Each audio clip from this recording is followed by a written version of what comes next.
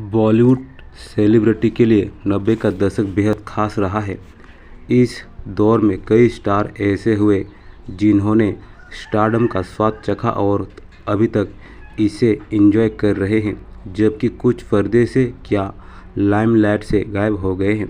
इस दौर में एक्ट्रेस और एक्टर्स ने कई उतार चढ़ाव देखा। ये दौर बॉलीवुड के महानायक कहे जाने वाले अमिताभ बच्चन के लिए बहुत बुरा रहा। इस दौर में वो आर्थिक तंगी से गुजर रहे थे और उनके दरवाजे पर लेनदारों का आना जाना बढ़ गया था। उन पर 90 करोड़ रुपए का कर्ज हो गया था। अमिताभ बच्चन की कंपनी 1990 के दशक में दिवालिया हो गई थी।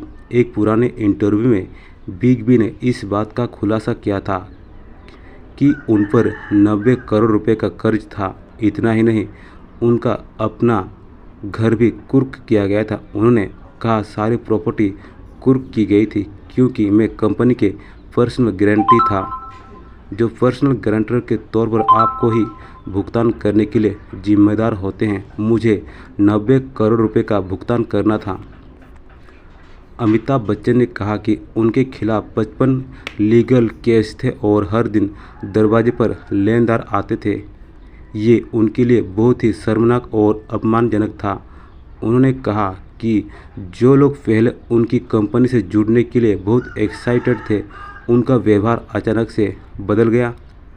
वो दुश्मन की तरह हो गए, बहुत अपमानजनक और असभ्य हो गए। कुल मिलाकर बहुत अच्छी इमेज नहीं थी। अमिताभ बच्चन ने अपने कर्ज के बारे में कहा, लेनदारों में से कुछ प्रसार भारती, दूरदर्शन जैसे सरकारी संस्थान थे। कुछ बैंक, फाइनेंस संस्थान, पर्सनल लोन वाले कर्ज थे। इसके अलावा कुछ की गलती से मैंने और जया ने व्यक्तिगत रूप से गारंटी दी थी। उन्होंने कहा कि उस समय उन्हें आर्थिक रूप से सलाह नहीं दी गई थी और कहा गया था कि कुछ भी नहीं होगा।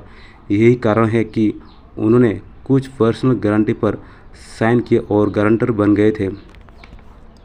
अमिताभ बच्चन को इस तूफान से उनके दोस्त और डायरेक्टर यश चोपड़ा ने निकाला था।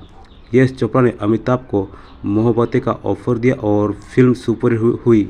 इसके बाद उनके पास काम भी मिलने लगे। इस बीच अमिताभ ने कौन बनेगा करोड़पति के होस्ट और प्रोड्यूस करना शुरू किया। इसने उनके कैरियर और लाइफ को ट्रैक पर ला दिया।